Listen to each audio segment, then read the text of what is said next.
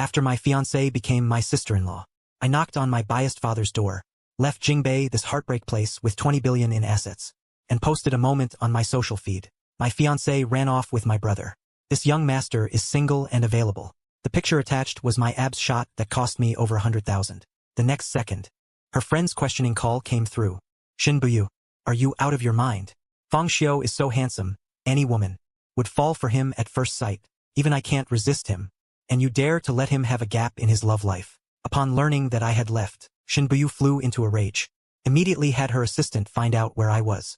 But the answer she got was that I had already gone abroad. President Shin, given your status, you're not allowed to leave the country. This time, he might really have given up on you. Shin Buyu's pupils contracted, suddenly recalling her conversation with friends at the club that day. Buyu, just got back from your love nest, huh? That guy Fang Xiu is usually wild like a little wolf dog. Doesn't take anyone seriously. But when he's with you, he's both soft and tough. Makes my heart itch. When are you planning to marry him? I stopped in my tracks. My heart was pounding, full of hope. Yet what I heard was just playing around. What's his name? Her tone was very light. 7 words spoken so casually. But to me, they were like 7 poison knives, piercing straight into my heart. At the same time, an eerie silence fell over the private room. Even her group of friends were clearly stunned. I don't know how long passed before someone carefully broke the silence. No way. Sister Shin, it's been 3 years. You still have that white moonlight in your heart. White moonlight. My mind went blank with a buzz. Completely empty. Shin Buyu. There's a white moonlight in his heart. I stood outside the door like a puppet whose strings had been cut, frozen in place, listening to Shin Buyu softly say, Back when we broke up, he said to give him 3 years. He would give it a try. Others told me to give it a try too. If we still liked each other, we'd get back together. So I did as he wished. 3 years. I tried it all. He paused as he spoke. He should be back by now. I felt like I'd been struck by lightning. My whole body went cold. Even my fingertips trembled. In these 3 years, countless tender moments, all the times I thought our hearts were connected, it was just his experiment to test another person. What about Fang Xiu then? With his personality, if he finds out, but before he could finish, I pushed open the heavy door of the private room. Everyone inside was startled. Everyone turned their gaze towards the door. I just stood there. My face was frighteningly pale. I stared fixedly at the woman sitting in the main seat, but she did not show any surprise or panic at my sudden appearance. She still wore that aloof expression. If she had even a little liking for me, she would not be reacting like this right now. I walked up to her, gazing intently at this face. Shin Buyu, don't you have anything to say to me? There's nothing to say. It's exactly what you heard. We were just fooling around. I always thought you understood that. Shin Luoheng made a bet with you to win me over. The luxury cars in his garage. You can take your pick, if you think luxury cars aren't enough. Saying this, she took out a black bank card from her coat pocket and gently pushed it onto the coffee table in front of me. Here is 100 million. Consider it payment for being at your beck and call for 3 years. From now on, our relationship is completely over. After saying that, I stood up and prepared to leave. But the moment I passed by her, I suddenly reached out and grabbed her wrist tightly. Shin Buyu, but I have feelings for you. As I spoke, I thought of every little thing over these 3 years. But she shook her head, took out her phone and showed me a new message. The preview was clearly in my sight. Buyu, 3 years. I tried, but I still only like you. Let's get back together. At that moment, I felt my world completely collapse. Shin Buyu first paused on the screen for a moment. Then she slowly pried open my fingers that were gripping hers tightly. Sorry, I don't have feelings for you. After that, she had no more attachment. Turned and walked away with big strides. She said she didn't have feelings. So for these 3 years, I was the only one who acted like a fool, pouring all my true emotions into this play she directed. I stood there, looking at my empty hand. The next second, I suddenly grabbed the expensive foreign liquor on the coffee table and smashed it hard on the ground. Everyone in the private room was stunned. No one dared to step forward to stop me. I don't know how long passed. I walked out of the club. The night wind blew. My face felt icy cold. I roughly wiped away my tears, hailed a taxi. Follow that Maybach ahead. I want to see with my own eyes the one she's been thinking about for 3 years. The white moonlight that even I couldn't compare to. Who exactly is it? The driver saw I was in a bad state. Didn't dare to ask more. Stepped on the gas and followed. However, Shin Buyu, who was always calm and composed, and drove very steadily. Now her speed was noticeably faster. Seeing this, I felt another pang of heartache. Is she that eager to go see her white moonlight? The car finally stopped at the arrivals level of the international airport. I paid the fare. Stumbling, I got out of the car. Hiding behind a pillar, I saw Shin Buyu standing at the exit. Then a man came out dragging a suitcase. When I saw that man's face, I felt like I had been struck by lightning. Not just because when Shinbuyu rushed over, he opened his arms and caught her steadily, and lowered his head to kiss her hair, but even more because that white moonlight turned out to be Fangzun, that nominal brother of mine, the person I detest most in this life and want nothing to do with. Back then, less than half a year after my mother died in a car accident, my father brought a woman home. That woman also brought a son 3 years older than me. That was Fangzun. Father explained. That woman was his first love. Fangzun was his biological son. If it weren't for my mother snatching him away back then, she wouldn't have parted with her first love while pregnant. But I know the truth better than anyone. Back then, my father needed funds to start his business. He was desperate, couldn't even afford to eat. It was he who actively went to find my mother, who had been chasing him for a long time, promising that as long as his mother's family injected capital, he would marry her. My mother gave him money, gave him all her love, and even later in a car accident, she gave her life to push him out of the way. What was the result? My mother's body was not yet cold. Father turned around and used her dowry and inheritance as a betrothal gift, grandly marrying that so-called first love, Shinbuyu. He could love anyone he wanted. Why did it have to be Fangzun? In that moment of daze, Shinbuyu had already taken Fangzun's luggage. Walking toward the parking lot, as if possessed, I hailed another car, continuing to follow them, because I was following closely. Through the car window I could clearly see in the car ahead. Shinbuyu turned her head, saying something gently to Fangzun, and even reached out to naturally brush the stray hair from Fangzun's ear, a gesture of tenderness I'd never received from her in 3 years together. Just as I stared straight ahead, my vision blurring with tears, suddenly an accident occurred at the intersection ahead. A screech of brakes and the sound of collisions rang out one after another. The taxi I was riding in rear-ended the car in front without warning, then was violently hit from behind by another vehicle. The immense impact struck. I felt my forehead smash against the back of the front seat. Sharp pain. Blood immediately streamed down, blurring my sight. Amid the chaos and screams, I saw through the shattered window that familiar Maybach up ahead. The door opened. Shinbuyu was the first to get out. She quickly walked around to the passenger side, carefully helped Fangzun out of the car. Shinbuyu supported him, checking on his injuries, her brows tightly furrowed, her face full of concern. Finally she helped Fangzun turn around, preparing to leave the scene of the accident. But as she turned, she locked eyes with me, trapped in the back seat of the mangled taxi. I saw shock in her eyes, but it vanished in an instant. Fangzun seemed to notice her pause. "Buyu, what's wrong? Did you see someone you know?" "I'm fine. If you do know someone, you should go check on them. I heard a taxi got hit badly." After a few seconds of silence, Shinbuyu looked away. "No one I know, just strangers." With that, she helped Fangzun, and walked away from the chaotic accident scene without looking back. When I woke up again, I was in the hospital. A nurse was adjusting the foredrip on my hand. Seeing I was awake, she reminded me, "Mr. Fang, you're finally awake. You're seriously injured. You need to be hospitalized for observation. We also need to contact your family. Please settle the medical fees." But my eyes were vacant. I had no reaction at all. The nurse repeated herself, "Mr. Fang." Just then, a familiar voice rang out, "The medical fees. I've already paid." I jerked my head around and saw Shinbuyu standing at the door of the ward. The nurse, seeing this, tactfully left the room. Shinbuyu walked in. Her gaze swept over my bandaged wound. Then she reached out, as if wanting to touch my forehead. I turned my head away to dodge. "President Shin, you're swamped with work. Why would you come to take care of someone irrelevant?" Shinbuyu's movement froze. "If I don't come, do you have anyone else to come?" That hit the mark. Who else do I have? My mother died early. My father is partial. My stepmother is hypocritical. That home is no longer my home. These 3 years it was her. Shinbuyu appeared time and again when I needed her most, making me used to relying on her, making me mistakenly think I had found a harbor. But now, the one who personally pushed me back into the abyss is also her. Even if no one comes, I don't need your concern. You said it yourself, didn't you? We're over. President Shin, I'm not that pathetic. If you say you don't like me, I wouldn't shamelessly cling to you. I took a deep breath, struggling to hold on to the last shred of pride. You don't actually believe I meant it when I said I had feelings before, do you? I was just saying it casually. We were just playing around. And Shinbuyu, you're really fake. Shinbuyu, looking at me, feigning fierceness but with red-rimmed eyes. Her brow slightly furrowed. She was about to say something, but then a nurse hurriedly pushed the door open. "Miss Shin, Mr. Fangzun, the examination over there is done. He's been looking for you." Hearing this, I immediately felt like a cat whose tail had been stepped on. "That's enough. Go on, run to your moonlight. I don't need you here. Shin Buyu silently looked at me for a few seconds. Finally, she spoke. I came to accompany you. Not for any other reason. You are Shun Luoheng's friend. He asked me to look after you. At that moment, I finally couldn't help but laugh. But even though the smile tugged at my wound, the pain was nothing compared to a fraction of the ache in my heart.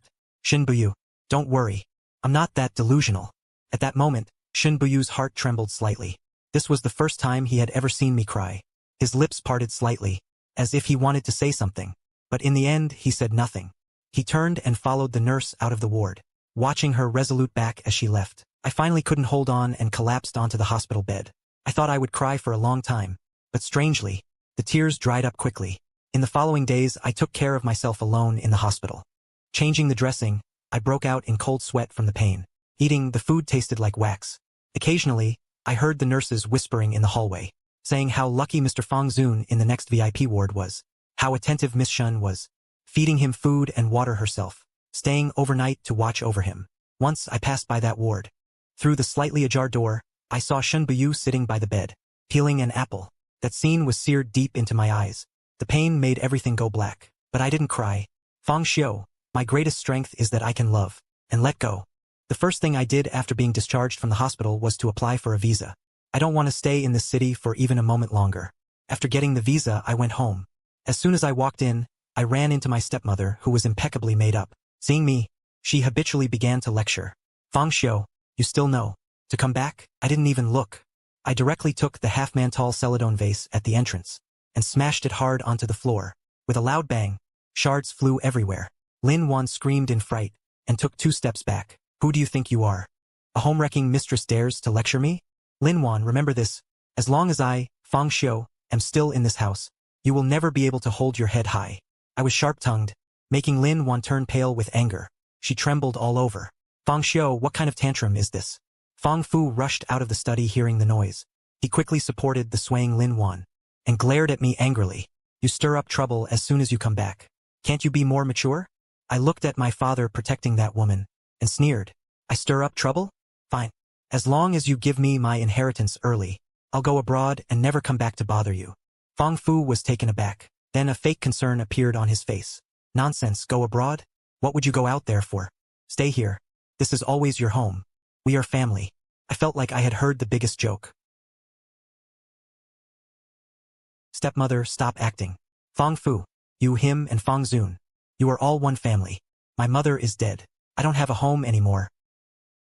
Just name your price directly. I want the part that I deserve. Upon hearing this, Fong Minghong's expression immediately turned ugly. After a long silence, he finally spoke hypocritically. Dad knows you hold a grudge against the family. Here, Dad will give you 5 million first. Go out and clear your mind. 5 million? Fong Minghong, you got where you are today because of my maternal grandfather's money. You relied on the dowry my mother brought. Even your own life was saved by my mother sacrificing hers. Now you use my mother's money to support this mistress and her bastard. You live in the house my mother bought, and you try to fob off her own son with just 5 million? Where is your shame?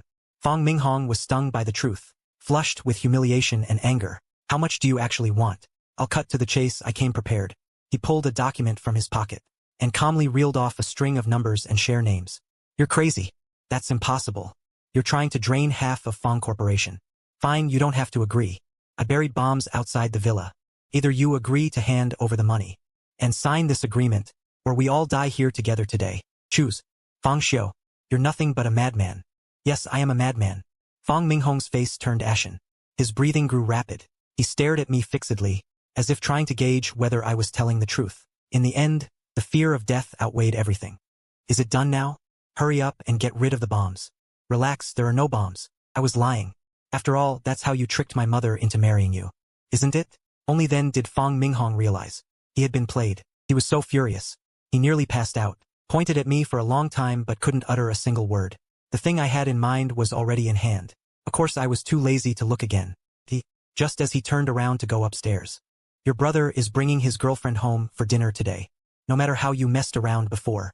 I don't care, this time you must finish this meal properly for me. His girlfriend is Shin Buyu. What status does the Bai family have in the Jing clan? You know, we can't afford to offend them. Put away that rebellious streak of yours. Don't cause me trouble. My footsteps going upstairs suddenly stopped. My back instantly stiffened. Unaware. She was going to visit today as Fang Zun's girlfriend. Before I could overthink, the door opened the next second. Fang Zun walked in holding Shen Bayu's hand, smiling. Dad, Mom, I'm back. Fang's father and his stepmother, who had just recovered, immediately put on warm and enthusiastic smiles, went up to greet them, asked Fang Zun how he was, full of care, and were extremely respectful toward Shin Buyu. Their attitude was sycophantic. Only Shin Buyu, when her gaze fell on me, she clearly frowned slightly, seeming to realize at that moment that I was actually Fang Zun's younger brother. During the meal, Fang Zun and Shin Buyu naturally sat on one side. I sat alone across from them. Throughout the entire meal, I watched helplessly as Shin Buyu carefully for him. Fang Zun also for him wrapped. Lin Wan, watching this scene, her face broke into a smile. Fang Zun, how did you and Miss Shin meet? Tell Mom about it. It was at a charity gala. I saw a stray cat stuck in a tree. I wanted to help it, but I couldn't climb up no matter what. Shin Buyu helped me. Later she asked for my contact info. When he spoke, he even sounded a bit innocent. The little bastard's meekness. Seeing this, I couldn't help but snicker. Fang Zun had hated small animals since childhood. He even tortured a cat to death when he was young. How could he possibly take the initiative to save a cat? That family of 4 was enjoying a harmonious meal, eating and chatting. I had no interest in playing along with their happy family charade. So I got up and went straight to the garden. But not long after, Fang Zun followed me out. Brother Fang, enjoying the wind alone here. Actually, I know why you're like this. Everyone in our circle told me. About those 3 years between you and Buyu. I kept my back to him. My body stiffened slightly, but I didn't turn around. To be honest, when I first found out, I was actually a bit worried. After all, my younger brother's charm that appeals to both men and women. Who wouldn't be tempted? What a pity, though, to have such a face for nothing. Your mother couldn't compete with mine. And you can't compete with me either. These 3 years were just my charity to you. Now that the real one is back, it's time for you, the fake, to exit. I slowly turned around. There was no anger or sadness in my eyes as Fang Zun had expected. Only mockery. Charity? Fang Zun, have you been abroad so long that you've forgotten what you really are? A bastard who could only enter the family through his mother being a mistress. A pathetic wretch who can only hold onto a woman by playing tricks. How dare you talk about charity in front of me? Your mother picked up the trash my mother didn't want. You pick up the woman I don't want. You two, mother and son, truly share the same bloodline. Always picking up what others left behind. Fang Xiu. The smile on his face froze instantly. His face turned pale and then green. You think you've won. It's just that I, Fang Xiu, played with, and then discarded a woman I no longer wanted. You picked her up and treated her like treasure, showing her off everywhere. After saying that, I turned to leave, but just as I turned around, Fang Zun behind me suddenly let out a scream. His forehead slammed directly into the edge of a stone bench in the garden, instantly gushing tomato juice. Almost at the same time, Shin Buyu, Fang Minghong and Lin Wan rushed out of the living room. Fang Zun fell to the ground, covering his bleeding forehead. Mom, Dad, no. Don't blame him. Lin Wan immediately threw herself over, holding her son Fang Zun in her arms. How could you be so foolish? After everything she's done to you, you're still defending him. Minghong's face turned ashen, pointing at me, burning with rage. Fang Xiu, what have you done to your brother again? I stood still, watching this carefully staged frame-up coldly. My gaze first swept over my furious father, then my hypocritical stepmother, finally landed on Shin Buyu.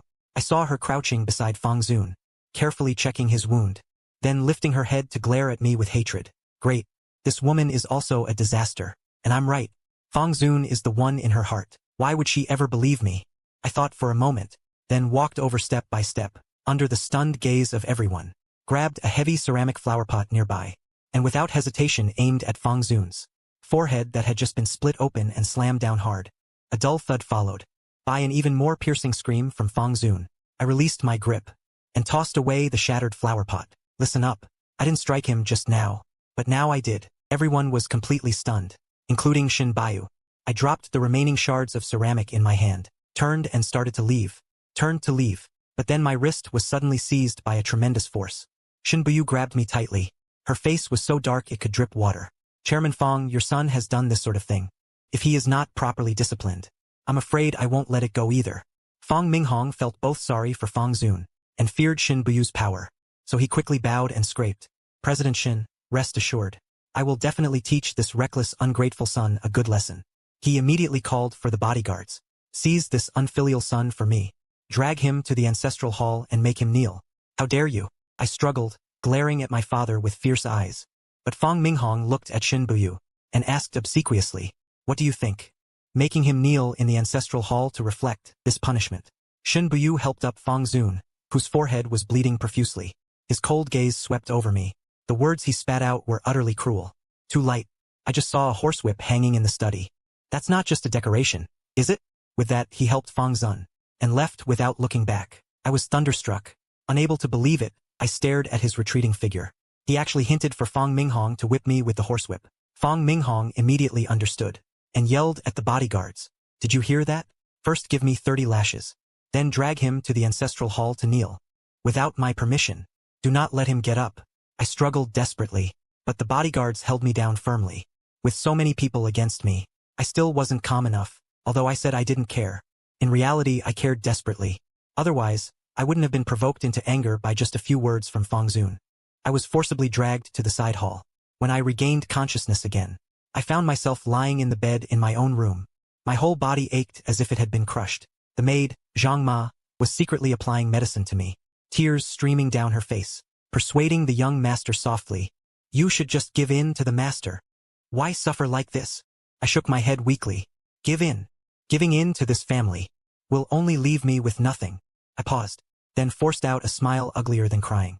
"It's just a beating. I've also fired that cannon at Fong Zun. I can take it, no loss."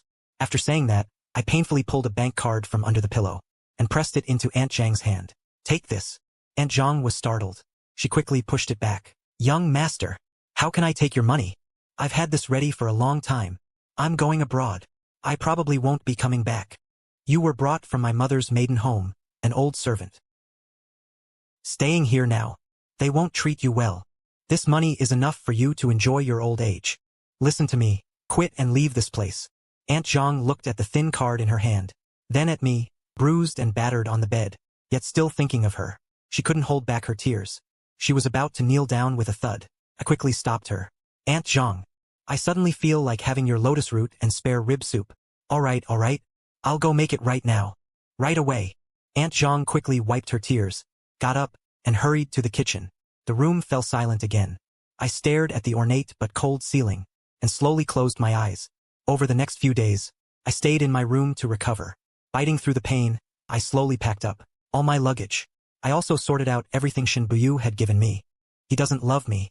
Generous with the money, I see. The total value of these items must be close to 100 million. I was initially going to just throw them away, but then I had a second thought, so I called the owner of that high-end club I frequent. I heard the club was holding a charity auction recently, so I told him I also had many things to auction off. The other party quickly replied, saying there was an event tonight and told me to come over. In the evening, I took those big boxes to the club. After handing the items over to the auction manager, I turned around, but as luck would have it, I ran into Shin Buyu and Fong Zun walking in together. Shin Buyu was clinging tightly to Fong Zun's side. When Fong Zun saw me, a flicker of pride and provocation flashed in his eyes. I instinctively clenched my hands, but quickly let them go again. I had serious business to take care of today. No need to waste my emotions on them. I had just sat down, when the lights suddenly dimmed. The host walked on stage and excitedly announced that before the auction began, there would be a 3-minute kissing session, inviting all the couples present to enjoy the spotlight. The light swept randomly through the dim venue, illuminating pairs of men and women locked in embraces and kisses. I happened to see, not far away, Shin Buyu laughing as she wrapped her arms around Fong Zun's neck. Fong Zun looked down at her, then leaned in and kissed her. But before my heart could even ache, the next second, a heavy iron chandelier bracket above our heads came loose, and then it fell straight toward Fong Zun. Shin Buyu reacted incredibly fast. She shoved Fong Zun away fiercely, but the edge of the bracket still grazed the back of Fong Zun's head. At this, her face turned pale. She immediately dragged Fong Zun and rushed anxiously to the parking lot to head to the hospital. Meanwhile, I got hit by another chandelier bracket. The pain was so intense I nearly passed out. I was also taken to the hospital by a kind passerby. This accident came suddenly and ended just as suddenly. Only a few of us were involved. I had just finished lying around at home, and now I had to lie in the hospital again. But I had barely been settled into my ward when Shin Buyu burst in. Her face was terrifyingly dark, looking at me with that gaze, as if she wanted to devour me alive. "Fang Xiu." I checked the surveillance footage. "You bribed the club staff, deliberately loosened the lamp bracket, trying to kill Fong Zun with it. Are you out of your mind?" "Shin Buyu. Besides you, who else would have such malice toward Fong Zun?" "Fang Xiu, I really underestimated you. No means no. Shin Bu-yu, you have no right to slander me. Looks like if I don't teach you a lesson, you won't tell the truth. Saying that, he took out his phone and made a call. Fang Xiu, the second young master of the Fang family, is suspected of intentional injury. Send someone over to lock him up for a few days. Let him sober up. My eyes widened. My face full of disbelief. Couldn't believe he was actually going to pull strings to have me thrown behind bars. Then what was the point of me getting hit? Soon, people in uniforms arrived at the hospital room. Ignoring the doctor's objections and my injuries, forcibly took me away. The next few days were nothing short of hell on earth for me. There I suffered terribly. The people in the same room seemed to have received special treatment. They bullied me in every way possible, beating and kicking me. A few days later, when I was released, I was almost beyond recognition, covered in wounds, barely alive. What kept me crawling out of that hell was a message I had just received on my phone. My visa had finally been approved. I took a taxi back to the villa, planning to grab my luggage and rush to the airport. But as soon as I entered, I ran into someone who had just returned from a world tour, having learned everything. My good brother who had hurried over Shin Luoheng. Shin Luoheng, seeing me in this state, his face full of guilt, apologizing incessantly, he said, Fang Xiu, I'm sorry. It's all my fault. Back then, I just didn't like my cousin's ex-boyfriend, so I deliberately provoked you into going after her. I never thought it would turn out like this. I didn't know that her first love was Fang Zun. If I had known, I would never have let you go, even if it killed me. Don't blame yourself, it's in the past. I've already let it go. I plan to go abroad. I probably won't come back. Shin Luoheng was stunned. He quickly spoke up to stop Fang Xiu. Don't go. Stay in the country. I'll protect you. As long as I have food to eat, you'll have a share. There's nothing left here worth staying for. Before leaving, I took one last look back at this house that held all my childhood memories, now taken over by my father with his mistress and illegitimate son, their presence blatant. I took out the gasoline I had long prepared, ignoring the servant's pleas, and expressionlessly splashed it around. Then I lit a flame, shooting up into the sky, devouring everything from the past. Then I picked up my final luggage and turned around resolutely. Shin Luoheng drove me to the airport.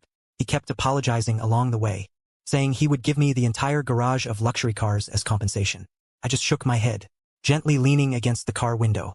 Oh, by the way, Xiaofeng, even if I don't rely on talent, but with this face of mine, as long as I want, the people from now on will only be better and better. Our handsome Mr. Fang can have whatever he wants. Arriving at the airport, Shin Luoheng hugged me and refused to let go, still apologizing continuously. I know his temperament. I don't blame him. It's not his fault. I gently patted his back. Then he let go, waved his hand with ease, turned and walked toward the security checkpoint.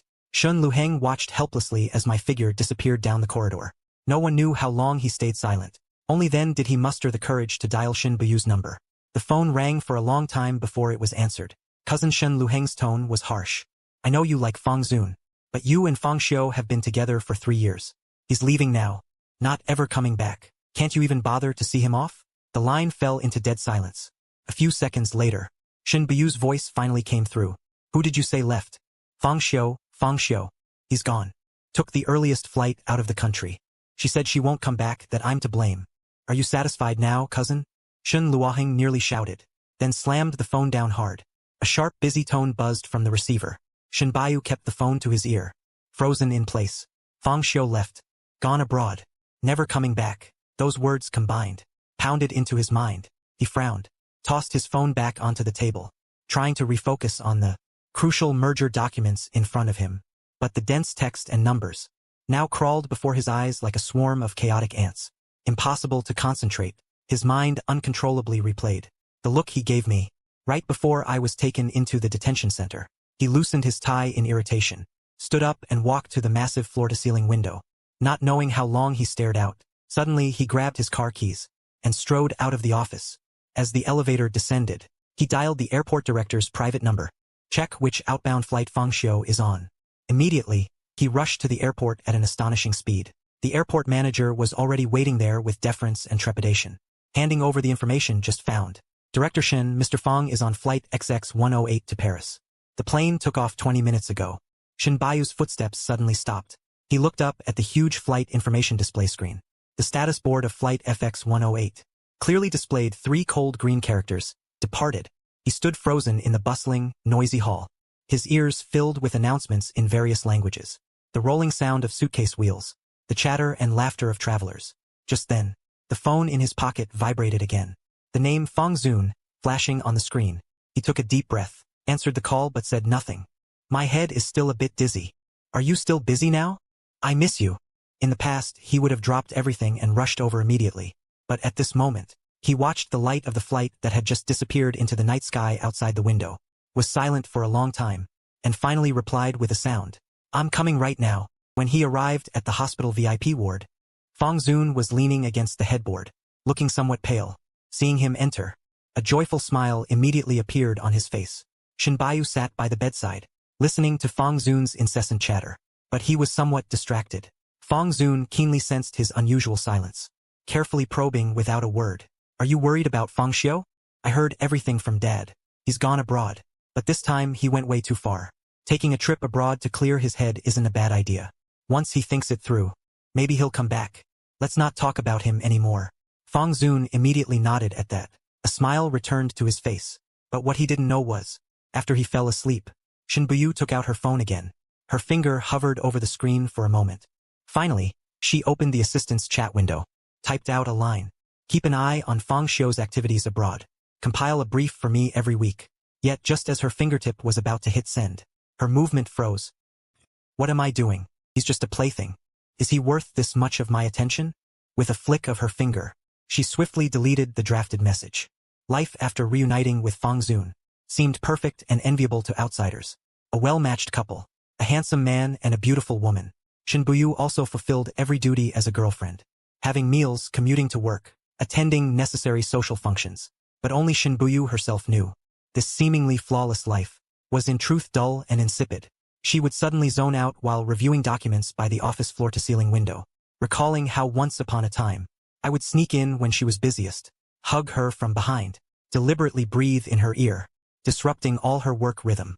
She would, while on a private jet, subconsciously glance at that tiny restroom. When I finally carried her out wrapped in a blanket, he still muttered under his breath, unconvinced. These untimely memories surfaced like ghosts, making her increasingly irritable. She took Fong Zun to the private kitchen restaurant we used to frequent, which required months of advance booking. The dishes were still exquisite, the ambience still elegant. Shinbuyu ate in silence, yet inexplicably remembered. I would always, when he wasn't looking, quickly snatch from his bowl the dish he had his eye on, not spicy at all. In the end, I'd always drink from his cup to quench the spice, then say with utter confidence, "What's yours is mine." That meal was always chaotic and lively, yet bursting with vitality. While this meal before her was so quiet, only the clink of utensils remained. Faint sounds of collision, a dullness that nearly suffocated him. At night, she habitually slept on the inner side of the bed. In a half-awake, half-asleep state, her arm subconsciously reached out to the side. What she touched was warm. The body felt wrong. The temperature felt wrong. There was none of that lively, fiery sensation. The scent felt wrong. There was none of that natural body fragrance. Even the faint sound of breathing in sleep was off. I sleep very restlessly. I would unconsciously steal the covers. Like a little creature seeking warmth, I would groggily burrow into his arms. Shinbuyu snapped open his eyes. A strong sense of aversion surged in his heart. He got up and left the bed. You go to sleep. I just remembered there's an urgent document I need to handle. After saying that, ignoring Fong Zun's bewildered look, he walked straight into the study and closed the door. He needed to be alone. He needed to calm down. He needed to drive out the increasingly clear figure in his mind. A week later, an important business gala. Shinbuyu and Fong Zun attended. Everyone thought they were a perfect match. But Shinbuyu found the occasion unbearably dull. During the banquet, a young master took a dislike to Fong Zun and deliberately made things difficult for him. Fong Zun just turned to look at Shinbuyu. In the past, Shinbuyu would think his family background wasn't enough, and naturally needed him to back him up. But at this moment, he inexplicably thought of me. If I were in this situation, I would probably just splash the wine from my glass back at him, then casually say, "Sorry." My hand slipped. The strong contrast startled him. Just then, a member of a high society family with a grudge against the Bai family, and a notoriously sharp tongue, sauntered over to toast. I heard you broke up with Fong Xiu. He's gone abroad to enjoy himself. What a pity. I really wanted to taste it. But before the words faded, Shinbuyu, without any warning, slapped the other person hard across the face. The person opposite was caught off guard, let out a shriek, and was directly knocked to the ground. Blood instantly gushed from the nose. The entire scene fell into dead silence. Everyone stared in shock at this sudden development. Shin Bu-yu looked down at the person wailing on the ground. Who do you think you are? With that, he stopped looking at the person on the floor or the astonished guests around. Left a final remark. Watch your mouth. Then, pulling Fang Xiu, who was equally stunned, he turned and left. This was the first time in his life he had lost his composure at such an important public occasion. And all because someone had made a frivolous mention of me. On the way home, the atmosphere inside the car was oppressive. Fang Xiu seemed frightened. After a long silence, he cautiously hinted to Shin Bu-yu. Mom called again today, asking when we plan to consider marriage. Shin Bu-yu rubbed his brow. His tone was full of dismissiveness. The company has several cross-border mergers and acquisitions recently. They are at a critical stage. I'm busy with affairs. Let's talk later. Late at night, Shin Bu-yu stayed alone in the study. He opened an encrypted photo album on his phone. Inside, there was only a very short video. It was from a friend's gathering a few years ago. Someone teased me into singing. I couldn't refuse their enthusiasm, so I jumped onto the stage, grabbed the microphone, and sang an upbeat pop song. When did he save this video? Even he had forgotten. Watching the unrestrained figure on the screen, and comparing it to the stagnant life now, Shin Bu-yu's heart felt as if it were being clenched tightly by an invisible hand. A suffocating dull ache spread through him. He abruptly turned off the video, and flipped the phone face down on the table. His chest heaved violently. Time flew by. In the blink of an eye, 3 years had passed. Beijing Capital International Airport. Shin Bu-yu returned from a business trip for an important multinational cooperation project. Fang Zuns accompanied her as her fiancé. The trip was low-key. They avoided the hustle of regular passengers by taking the VIP passage. However, just after stepping out of the passage, a deafening wave of sound hit them. In the arrival hall, there was a sea of people. Countless young boys and girls held flashing light boards, flowers and posters, shouting the same name fervently and in unison. Fang Xiu, Fang Xiu. The sound was so loud it nearly lifted the airport roof. Many ordinary travelers also stopped in their tracks, curiously looking around, murmuring among themselves. Who is that? With such a massive scene, don't you know? Fang Xiu, the current top superstar. Debuted 3 years ago, known as the modern Pan and the living thousand-faced best actor. Shin Bu-yu's footsteps, upon hearing my name, uncontrollably halted. She subconsciously followed the sound and the crowd's gaze, and finally fixed her gaze on the opposite side of the passage. On a giant billboard hanging from a huge pillar, she stood still, her eyes locked tightly on that huge poster all around it. All the noise seemed to fade away in an instant. The world only had that dazzling figure like a star. At that moment, Fang Zuns also saw the billboard. He instinctively tightened his grip on Shin Bu-yu's hand. Bu-yu, that's Fang Xiu. I've long heard that he went abroad to develop in recent years. It seems he became a celebrity, proper eldest son. Instead of that, he ran off to showbiz, that kind of place. His voice carried a deliberate belittling tone.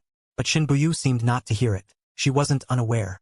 Over the past 3 years, although he never actively sought me out, but news about me would always reach her ears through various channels. She knew that I peaked right at my debut, knew that every movie of mine was critically acclaimed, and also commercially successful. She knew how many heavyweight awards I had won. He even had his assistant secretly buy every movie ticket of mine. He also collected posters and merchandise from the products I endorsed. They were hidden in the most secret drawer of his study. He just never allowed himself to come find me. The next moment, his gaze pierced through the surging crowd. It locked onto the figure that had just emerged from the regular passageway, under the close escort of bodyguards and assistants. Empty line, no text to translate. With just one glance, she felt that the real me was even more dazzling than the poster. Just as Shin Bu-yu was staring at me across the sea of people, a woman suddenly broke through the crowd with a smile, holding a striking bouquet of Ecuadorian roses. She walked up to me. It was Shang Xinxi. Shang Xinxi, heir of the Shang family. She naturally took the carry-on luggage from my hand. Leaning in, she whispered something in my ear, and I burst into laughter at her words. Seeing this scene, Shin Bu-yu's expression instantly twisted. The air pressure around her plummeted. Even Fang Zun beside her couldn't help but shiver. They were almost pushed by the crowd into the parking lot. By coincidence, Shin Bu-yu's car happened to be parked near my team's conspicuous stretch Lincoln. Shin Bu-yu saw Shang Xinxi politely open the car door for me. Just as I bent down to get in, I felt a sudden pull. I turned my head and met Shin Bu-yu's gaze. The next second, I nodded politely. Why Shin Bu-yu was here, not my damn business. At the same time, Shin Bu-yu's heart leaped into her throat. She could even clearly hear the sound of her own blood flowing. But the next moment, it fell into dead silence. She saw strangeness and distance in my eyes. I merely nodded slightly in her direction, as if responding to an insignificant, fan who had recognized me. Then I casually withdrew my gaze, bent down and sat into the car. From start to finish, I didn't pause even for a moment while Shang Shinsi also noticed Shin Buyu at that moment. She closed the car door. Through the window, she raised an eyebrow toward Shin Buyu's direction. A corner of her mouth lifted. Then the black stretch Lincoln sped away, disappearing at the exit of the airport parking lot. Witnessing this scene, Shin Buyu froze in place as if nailed to the spot. Zun called her name several times from beside her, but she seemed not to hear. Only a buzzing sound filled her ears. A single voice echoed repeatedly in her mind. She saw me, but she ignored me. After returning to the hotel suite, Shin Buyu threw herself heavily onto the sofa. She stayed awake the entire night. The scene at the airport replayed over and over in her mind. The way I looked at him as if he were an irrelevant stranger. The intimate interaction between me and Shang Shinsi. And that final provocative gesture from Shang Shinsi. Every detail pierced her skin like poison-tipped needles. Only then did she suddenly realize she could not bear the way I looked at her with that gaze. And even less could she bear another woman standing by my side. The more she thought, the more agitated she became. Then she abruptly stood up, walked to the liquor cabinet, poured a glass of strong spirit, threw her head back and downed it in one go. Right after, she picked up her phone and dialed her assistant's number. Get me Fang Xiu's detailed address in Jingbei immediately. His entire schedule for the coming week. And that Shang Shinsi. What has she been doing these past 3 years? What exactly is her relationship with Fang Xiu? I want the most thorough report. The sooner the better. After giving the order, she paced back and forth in the room, waiting for news. Every minute and every second felt unbearably long. A few hours later, the assistant called back and delivered a detailed report of the investigation. My address and schedule were listed one by one, but the information about Shang Shinsi made Shin Buyu's heart sink further and further. Shang Shinsi came from a prominent family and was exceptionally capable herself. Ever since I went abroad 3 years ago, this heiress had shifted almost all her focus to Europe. Permanently based in Paris, she quietly paved the way for me as an investor, using her connections and resources, helping me quickly establish a foothold in the fashion and film industries. These 3 years, she has been by my side almost like a guardian. We are very close, known to everyone as good friends, but whether we've actually become lovers is widely debated by outsiders. Good friend Shin Buyu let out a cold laugh and hung up the phone. There's no such thing as pure friendship between a man and a woman. Shin Shinsi's intentions, I can see through them at a glance.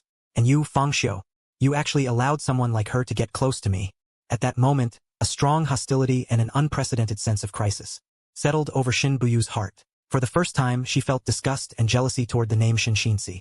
He really wanted to see me, wanted to ask me face to face about my relationship with Shin Shinsi.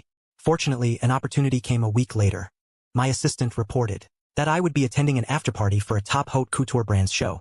Shin Buyu immediately used her connections to get an invitation. The party was held at a historic private estate. As soon as Shin Buyu entered, she quickly spotted me. At that moment, I was talking with several internationally renowned directors and producers, switching effortlessly between fluent French and English. Shin Buyu held a wine glass, staring at me from across the crowd. She waited patiently until she saw that I seemed a bit tired, and walked alone toward the terrace leading to the garden to rest. Now is the time. She quietly followed. The night breeze on the terrace was cool. I was leaning against the railing, staring at the lake in the distance. Shin Buyu walked up behind me, took a deep breath, suppressing the turmoil in her heart. But when she spoke, she instinctively used an accusatory tone. What's going on between you and Xian Shinsi? I wasn't surprised by her arrival, but I couldn't even be bothered to turn my head. Isn't this President Shin? Long time no see. But what's it to you who I am with and how? It seems I don't need to report to you. The formality of President Shun and his distant attitude made Shin Buyu feel suffocated. She moved closer, grabbed my hand. Fang Xiu is leaving for 3 years. You've lost even basic judgment and discernment. What kind of person is Shin Shinsi? Don't you know he plays around even more than I do? What can he give you? Hearing this, I turned around, looked down at Shin Buyu from above. President Shin, you don't seem to have the right to talk about others. You say Shin Shinsi plays around? Funny. I used to be known as a notorious playboy in the capital circle too. We're a good match. Besides, Shinsi, he never denied his feelings for me, and he respects any choice or wish I have.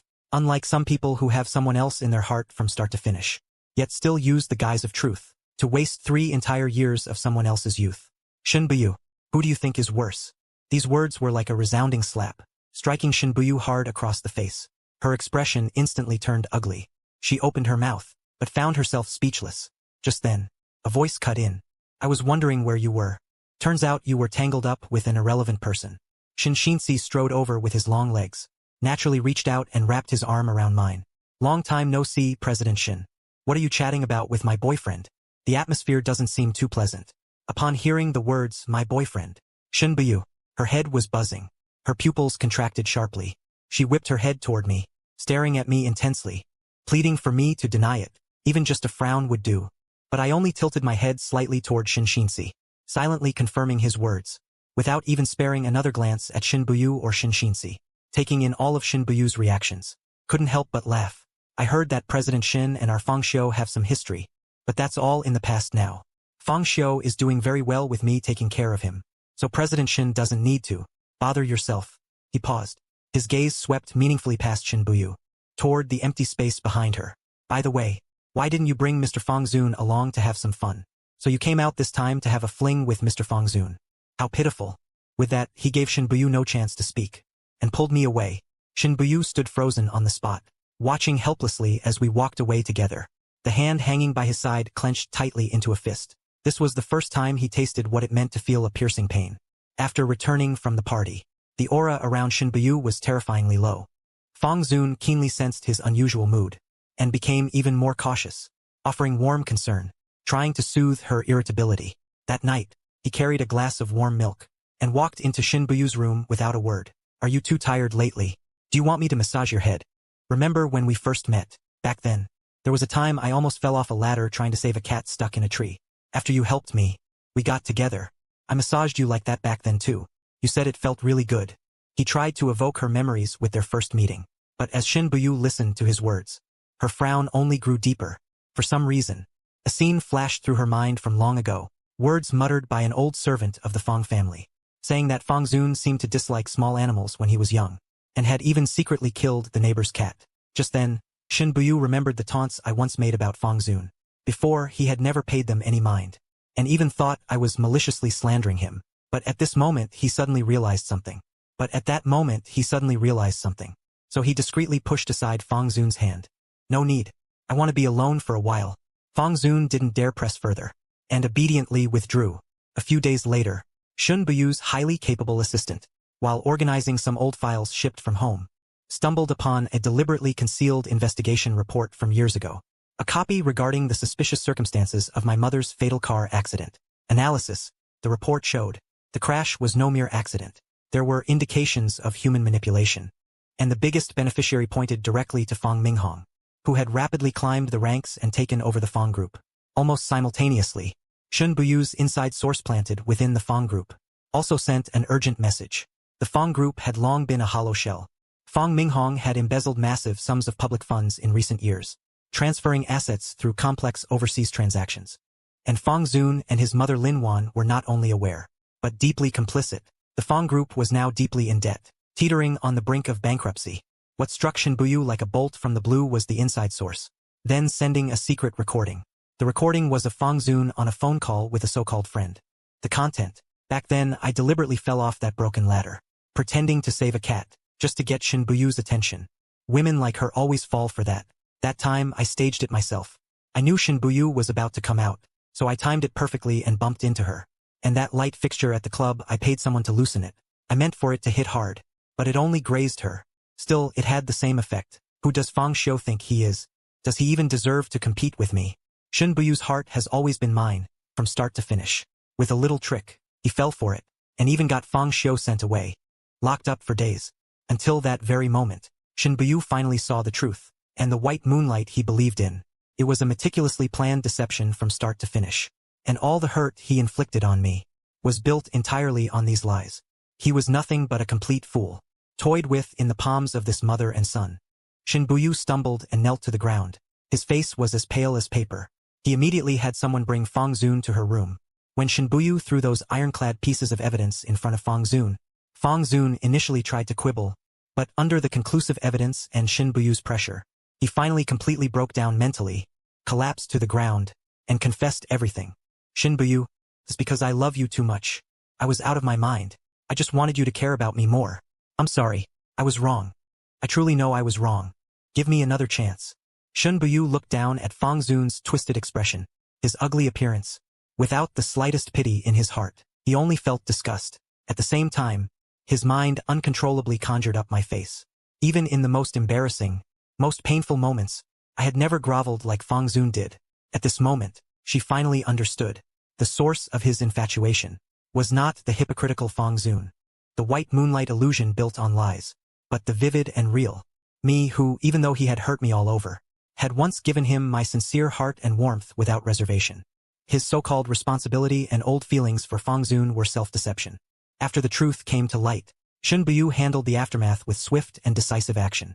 He ordered Fang Minghong to immediately return all illegally occupied assets, and he used his connections. He transferred the evidence of Fang Zun and his mother's involvement in crimes to the relevant authorities. He completely broke up with Fang Zun. He severed all ties, without any hesitation. But after doing all this, he didn't feel relief, only emptiness. Brother Fang, I feel terrible. Where are you? I want to see you. I want to get your forgiveness. Even if there's only a 1 in 10,000 chance. For the first time, he set aside all his pride and status. He waited downstairs at the villa his assistant had found. At 7 in the evening, he carried an exquisite paper bag in his hand. Inside was the signature cake, from that old brand dessert shop I used to love, flown in specially. He remembered I am sweet, especially when I'm in a bad mood. Eating something sweet makes me relax completely. But he waited in the car the whole night, until his eyes were bloodshot, until his face grew haggard and disheveled. Only when the sky began to lighten did he see a familiar sports car pull up, parking at the villa entrance. I got out from the driver's seat, walked around to the passenger side, opened the door for Shang Xinxi. Shang Xinxi ruffled my hair, said something I couldn't hear, making me laugh. But that scene completely stung Shen Buyu's eyes. So he pushed open his car door and walked over quickly. Fang Xiao, let's talk, okay? Hearing the voice, I turned my head, saw that it was Shen Buyu, immediately furrowed my brows. Shen Buyu, why are you here? We have nothing to talk about. Wait. Shen Buyu anxiously stepped forward, fumbling frantically to pull out his phone, trying to show the evidence. Brother Fang, listen to me. I've investigated everything the Fang family and his family did. I was wrong to blame you. The incident in the garden that year, the light stand at the club, and your mother's car accident, none of them were accidents. It was me being stupid. It was me being blind. They fooled me. But before he could finish, I simply raised my hand and cut him off. So, upon hearing this, Shen Buyu was stunned. The truth had come out. And then what? Shen Buyu laughed. Ha ha ha. Did you think I'd cry my eyes out, run to you, and say, you finally know the truth? Let's be together? Shen Buyu. Your apology, your regret, they mean nothing to me. The hurt has already been done. The humiliation of being pushed away by you like trash. The excruciating pain of my wrist being broken in the detention center. None of this can be erased by a flippant my bad from you, or by these so-called pieces of evidence. As I spoke, my gaze fell on the delicate paper bag in his hand. I let out a scoff, still remembering I love the desserts from this place. How thoughtful of you, President Shin, to have them air-freighted from thousands of miles away. I lifted my eyes and stared straight at his instantly pale face. But I stopped liking sweets a long time ago. All sweet dreams are too cloying, too sickening. After saying that, I didn't spare him another glance. I turned and followed Shang Xinxi through the door. As the door slammed shut, the heavy wooden door completely cut off his view. Shen Buyu stood frozen, silent for a long time, and the paper bag in his hand, holding the cake, seemed to have become unbearably heavy. Inside the villa, I leaned my back against the cold door panel, and slowly slid down to sit on the floor. To say I wasn't sad would be a lie. There was still a dull ache in my chest, but more than that, it was a sense of relief and exhaustion. Letting go wasn't as hard as I'd imagined. The pain. Xinxi sat on the floor with me, slowly wrapped her arms around me. Fang Xiao, I'm here. You still have me. All this is in the past. Yes, it's all in the past. Outside, the rain grew heavier and heavier. Shen Buyu stood in the rain, utterly devastated. He looked up at the window that would never open for him again. His eyes were lifeless. She knew that what she had lost could never be regained. When he returned home, for several days in a row, Shen Buyu stayed in her room, refusing to see anyone, not handling any business, just staring blankly out the window at the sky. My words, completely meaningless, echoed repeatedly in his ears. The look in my eyes, as if I were looking at a stranger, haunted his mind. He couldn't accept it, just like that I kicked her out of my life. He couldn't accept that another woman stood by his side. But the first failed attempt to win her back didn't sober him up. Instead, it stirred the possessive desire deep in his bones. I, Shen Buyu, have never failed to get what I want. In the past I was naive, but But now I see clearly. You must come back to me. An almost insane thought began to breed in her mind.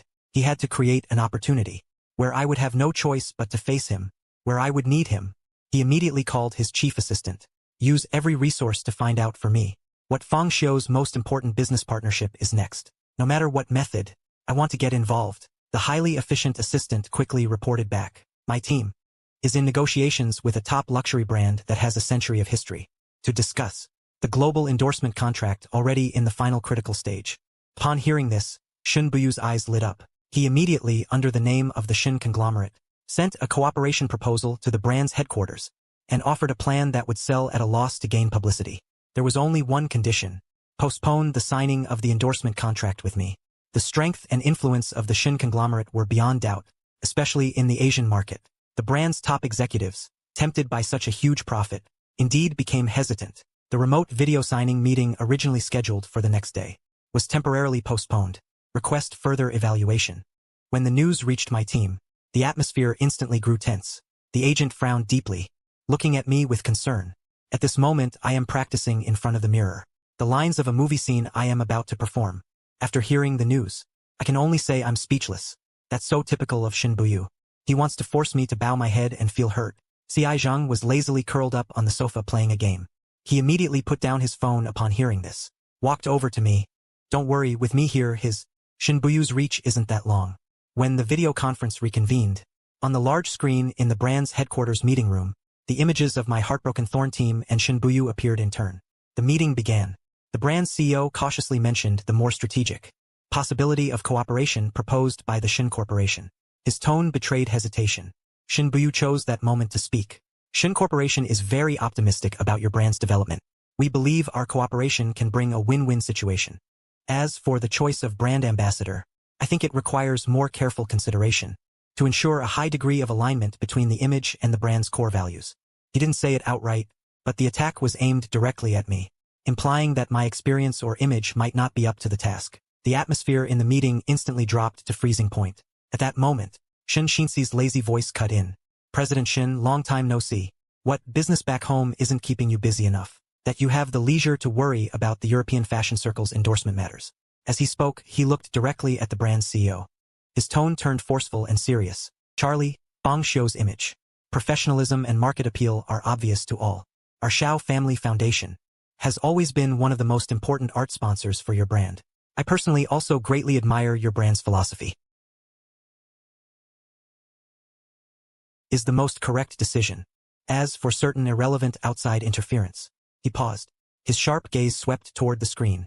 At Shin Buyu on the other end, the business world has its own rules. Don't bring those unsavory personal feelings and tactics to the surface. Fang Xiu managed to get where he is today, relied on his own strength and effort. He doesn't need anyone to hand him opportunities, let alone accept extortion with strings attached. The heartbreaking words were like a loud slap, slapping Shin Buyu's face and also shaking the brand. The Shin family's foundation and influence in Europe was far beyond what Shin Corporation could match in a short time. Then it was my turn to speak.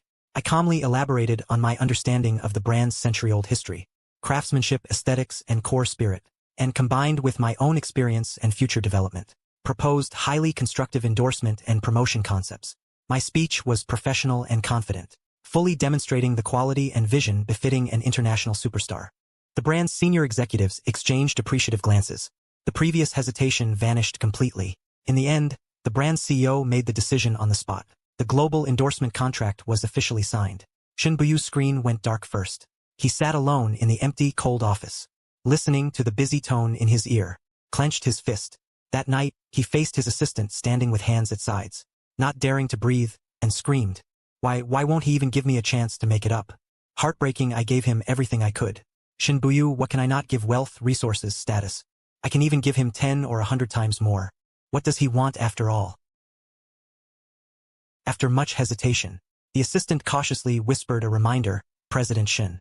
Perhaps what Mr. Fang wants has never been these external things. Hearing this, Shin Buyu was stunned. Not these. Then what does he want? For the first time he began to truly think about this question he had never deeply considered. Is it unreserved trust? Is it unwavering choice?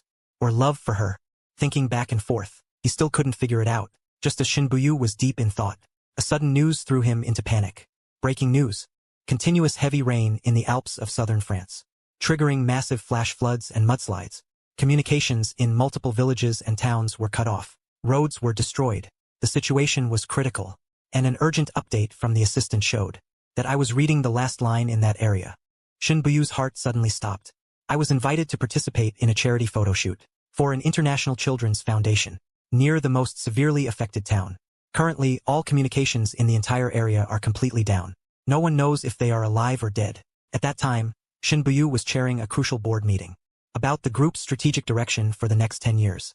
When he heard the assistant's report, he abruptly stood up from his seat at the head of the table. He didn't even take the time to offer an explanation. Under the stunned gaze of all the directors, he simply dropped the documents in his hand, turned around and rushed out of the conference room. Prepare the plane immediately, fastest speed to Nice. No, not directly there. The nearest airport that can still land. Contact all local rescue organizations. Hire the best rescue team. No matter the cost. I'll go myself. What corporate strategy? What business empire? It all became insignificant upon hearing that I might be in danger. There was only one thought in his mind. Find me. Hours later, Shun Buyu, with a heavily funded, experienced professional mountain rescue team, made a forced landing during a break in the storm at the nearest still operable small airport close to the disaster zone. The weather was extremely severe. Thick dark clouds were swirling overhead. Wind and rain lashed together. Shinbuyu didn't stop for a moment. He switched to a helicopter that had been prepared in advance and flew directly to the lost contact area. But the helicopter couldn't land directly. It could only hover in a relatively safe zone, ignoring the crew's warnings. He was the first to rappel down the rope onto the muddy ground. The rescue team leader, looking at the road ahead washed out by floods, littered with landslides and broken trees, urgently tried to stop him. Monsieur, the road ahead is too dangerous. The mudslide is still ongoing. You can't go in. Stop talking nonsense, Jean Lu. Shun Buyu's eyes were bloodshot. Walking at the very front, the floodwaters rose past, his calves, icy and piercing. Rocks kept tumbling down the slope. The fierce wind nearly knocked people over. While dodging another small landslide, a rolling stone suddenly slammed into the backpack behind him, the pack carrying vital rescue equipment. Without a second thought, Shun Buyu instinctively threw himself against the pack, but his left arm was slashed open by the stone's edge. A wound so deep the bone was visible. Miss Shun, a team member cried out, wanting to bandage him, but Shun Buyu thought it was a waste of time. He just tore off a strip of cloth and roughly wrapped it around the wound. Gritting his teeth, he pressed on. After over 10 hours without sleep or rest, they finally found me in a dilapidated classroom of a primary school that was slightly higher in elevation, but had been surrounded by floodwaters, turned into an isolated island. At that moment, I was with a few teachers, comforting dozens of frightened children. My hair was disheveled, my face was pale, and my clothes were dirty and stained. But I remained calm. I was even telling stories to the children myself, trying to dispel their fear, when Shinbuyu, covered in mud, blood-stained all over, stumbled and appeared at the classroom door. Everyone was stunned, including me. The moment I looked up and saw him, my face was filled with disbelief and shock. Our eyes met. Time seemed to freeze for a few seconds. Shinbuyu saw me standing there unharmed. The anxiety that had hung over him for days finally eased. He ignored the excruciating pain in his arm, ignored his utterly disheveled state, rushed forward in a few strides, under the astonished gaze of everyone. He pulled me tightly into his arms. Then he repeated it over and over again. Thank goodness you're safe. I was held tightly by her. I could clearly feel his violent heartbeat and trembling body. At that moment, patted his back. Then I pushed him away firmly, but not roughly.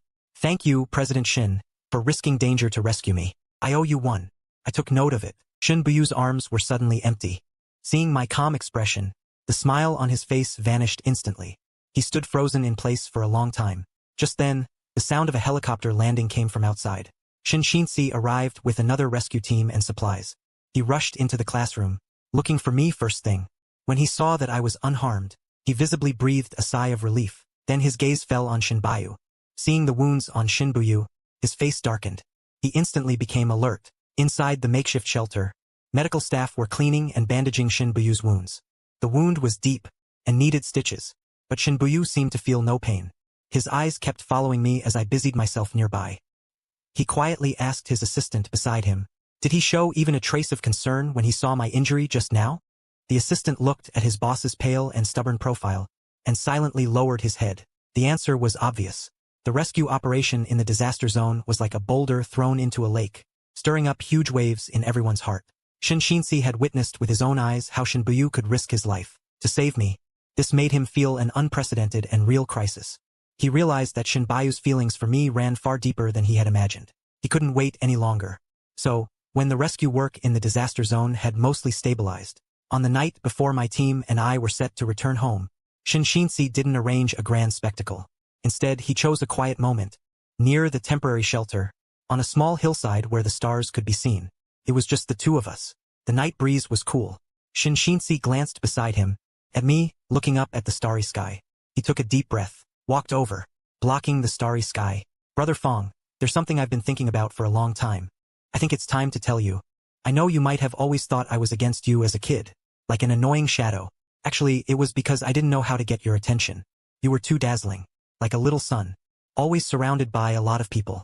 I could only use that clumsy way to at least make sure you remembered I existed. Later, as I grew up, I spent all day hanging out in bars. Actually, it was because when I saw you with Shin Buyu, it hurt my heart, and I didn't know what to do. I could only numb myself that way, and also hoping you would see me heartbroken, that it's not like no one wants you. The 3 years I went abroad, I chased after you right away, not for any other reason. Just because I like you. I've liked you since we were very young. Hearing these words, I was silent for a long time.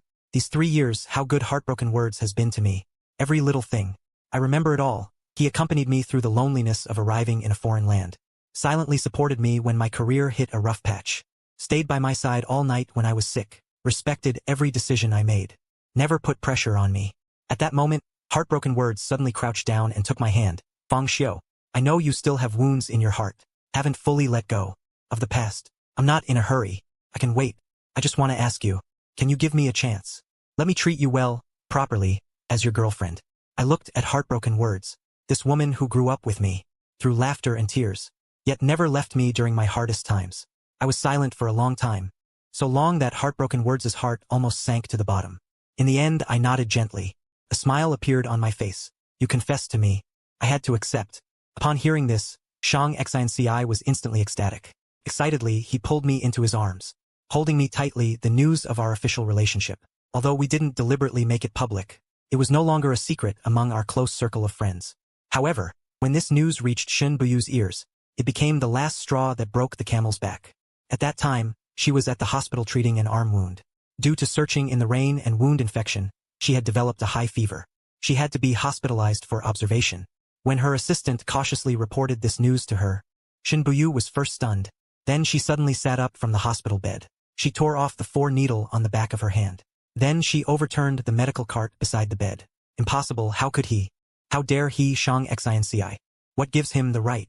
Ignoring the doctor's attempts to stop her and the assistant's dissuasion, she forcibly discharged herself from the hospital. She drove straight to my villa. She even forgot that her arm was still bandaged, forgot that her fever had not subsided. There was only one crazy thought in her mind, to find me, to ask for an explanation. The night was deep. She stumbled to the closed wrought iron gate of the villa. She pounded hard on the cold railings, hoarsely shouting my name. Fong Xiu, come out. Tell me, this isn't real. You can't do this to me. I was wrong. I know I was wrong. Give me another chance. Fong Xiu. Her crazy behavior soon attracted the security guards. Several tall security guards tried to drag her away, but she struggled desperately, still shouting my name nonstop. In the end, she was forcibly removed from the scene. She was shoved into a car. The curtain on the second floor of the villa swayed slightly. I stood behind the window, watching that absurd farce downstairs, watching that woman who once stood so high and mighty, now being dragged away like a madwoman. My face showed no expression at all. Then I pulled the curtains shut. The next day, I sat by the sun-drenched floor-to-ceiling window, flipping through a newly delivered film reel, while Shang Xinci sat cross-legged on the carpet, working on business matters on her laptop. Occasionally she would look up at me, but this warm atmosphere was suddenly shattered by a news alert popping up on my tablet. Fong Minghong, chairman of the well-known domestic enterprise Fong Group, suspected of massive embezzlement of public funds and tax evasion, has been formally arrested. Fong Group stock price instantly crashed, declaring bankruptcy. In-depth revelations of the liquidation. A series of bold headlines were shocking. My finger swiping the screen paused slightly, as my eyes fell on the news photo. Fong Minghong was surrounded by reporters, his once confident face now filled with panic and disarray. but my face showed no ripple of emotion, as if I were looking at a stranger completely unrelated to me. Seeing this, Shang Xinxi put down her laptop, walked over to me, and naturally leaned into my arms. She didn't say a word, only silently declaring that there was still someone by my side. Over the next few days, the news about the Fong family continued to unfold.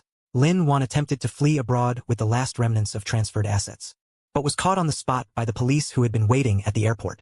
And Fong Zun, having lost his father's protection, his family's bankruptcy, and his mother's imprisonment, completely collapsed under the multiple blows. He tried to find Shin Buyu, hoping she would remember their past feelings and lend a hand, but was coldly stopped by Shin Buyu's assistant at the group headquarters, without even getting to see her face. Soon a gossip tabloid broke the news that Fong Zun had been sent to a suburban psychiatric hospital due to mental breakdown. I closed the news page, stood up and walked to the window, gazing into the distance. Shang Xinxi rested her head against my shoulder. It's all over. Fong Xiu, yes, it's all over. Those resentments, along with the Fong family's bond, the ending between him and Fong Zun completely vanished into smoke. It was also my true farewell to the past. The annual International Film Festival. The award ceremony became the focus of global attention. Stars shone brightly on the red carpet. I held Shin Buyu's arm and calmly walked down the red carpet, the top-floor office of the capital city Shin Group. Shin Buyu did not turn on the lights. She sat alone in front of the huge floor-to-ceiling window. In the darkness, only the fluorescent glow from the television screen. The screen was live broadcasting the festival's grand occasion. When the camera gave a close-up of me and Shin Xinxi, her pupils suddenly contracted. The award ceremony results were announced. With an art film that profoundly interpreted the complexities of human nature, I successfully won the Best Actor crown. When my name was called out, the entire audience stood up and applauded. Under the spotlight, I slowly walked onto the stage. I took that heavy trophy from the presenter's hands. I gave a brief acceptance speech. I thanked the director and the crew. Then my gaze turned to Shin Xinxi in the audience. Finally, I want to especially thank one person. My beloved, Shin Xinxi. Thank you for always being by my side, giving me support and strength. This trophy is half yours. The camera immediately focused on Shin Xinxi. He stood up and blew a flying kiss to me on stage. Shin Baiyu abruptly turned off the television. In the darkness, he gasped heavily, "No, I can't just watch like this. I must do something." The celebration banquet after the award ceremony was held at the official festival hotel. Until late at night, only then did I and Shin Baiyu, surrounded by assistants and bodyguards, walk towards the underground parking lot. But just as we reached the car, a shadow stumbled out from behind a pillar and blocked our way. It was Shin Buyu. He stared at me fiercely. "Let's talk. Just 5 minutes. No, 3 minutes will do. Give me one more chance. I'm begging you for the last time. Without you, I really can't go on living." Seeing this scene, Shin Xinxi immediately jumped out. "Shin Buyu, look at yourself. What have you become? Wake up. Fong Xiu is with me now. He is very happy. Please don't disturb his life anymore." "Happiness? What gives you the right to give him happiness? What do you know about him? Do you know that he's afraid of cold in winter and when sleeping, likes to steal the blanket? Do you know he can't handle spicy food, but loves to eat it, and needs to drink ice water every time to relieve it? You know him enough." I spoke up to interrupt him. "Shin Buyu, don't bring up the past anymore. What's between us ended long ago. Not over. How can it be over?" Shin Buyu excitedly tried to grab my arm, but was blocked by Shin Xinxi. As we argued, no one noticed. At the entrance of the parking lot, a black sedan, seemingly due to the driver being drunk or losing control of the vehicle, suddenly accelerated violently, swerving and rushing fiercely in our direction. "Watch out!" Shin Xinxi was the first to react. However, one person was faster than him. Before anyone could react, Shin Buyu used all her strength and fiercely pushed me, who was standing on the outermost side, out of the way. But she herself, due to the recoil, was completely exposed in front of the out-of-control vehicle. With a dull loud bang, Shin Buyu's body, like a kite with a broken string, was hit and flew high into the air. The emergency room light was on all night. Shin Xinxi and I waited on the bench in the corridor outside. The emergency room door finally opened. The doctor walked out wearily and told us Shin Buyu's injuries were extremely serious. Multiple fractures, internal bleeding, but after all-out rescue efforts, he was temporarily out of immediate danger, transferred to the ICU for observation, but still not out of critical condition, requiring close monitoring. I breathed a sigh of relief, but my heart still felt heavy. After another day and night of keeping vigil outside the ICU, Shin Buyu's vital signs finally stabilized, and he was moved to a general ward. Shin Xinxi accompanied me as I went in to see him. Shin Buyu lay on the snow-white hospital bed, with various tubes inserted into his body. His face pale, thin and emaciated beyond recognition. But the moment he saw me enter, his eyes instantly lit up, so he struggled to make a sound. Fang Xiu, Shinxinxi patted my shoulder, and gestured that she would wait for me outside, then considerately closed the door behind her. I walked to the bedside, and sat down on the chair. The doctor said you're temporarily out of danger.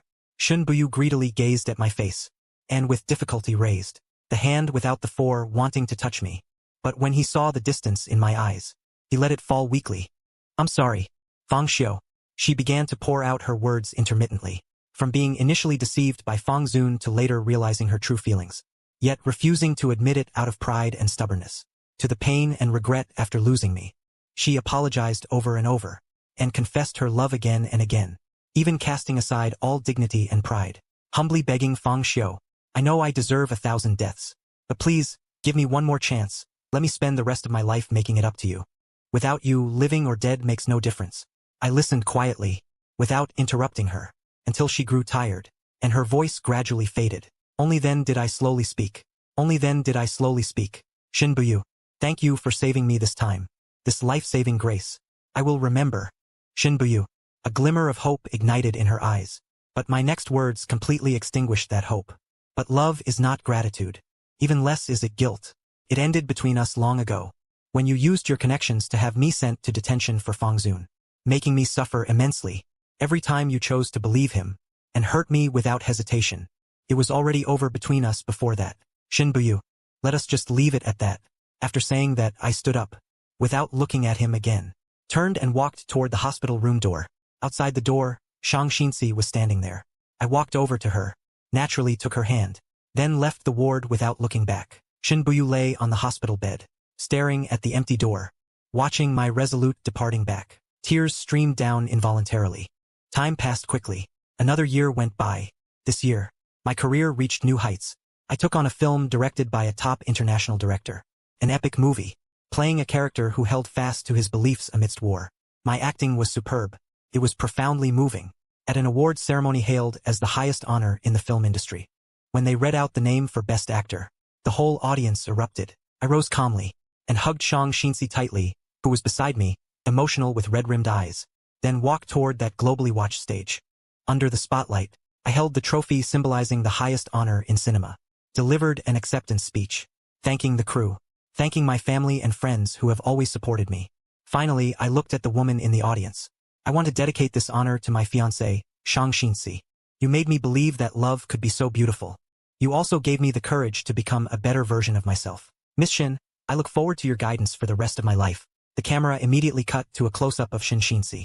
She had already stood up, and made an I love you gesture toward me on stage. 1 week later, a low-key but warm wedding was held at a private estate. Only the closest family and friends were invited.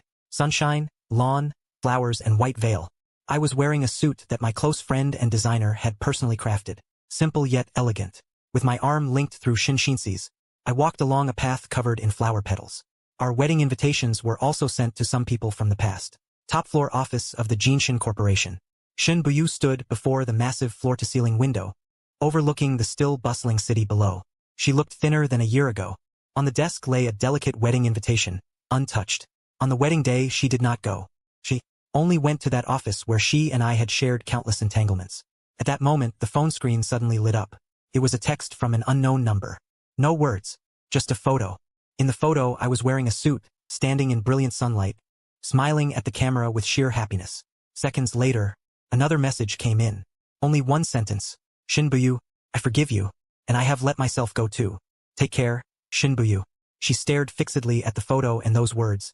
Her heart struck as if by something heavy. With trembling hands, she caressed the screen, tracing my happy smile. Finally, her tears burst forth uncontrollably, large drops splashing onto the phone screen. She was crying and laughing at the same time, like a madwoman. In the end, she pressed the phone tightly against her burning chest.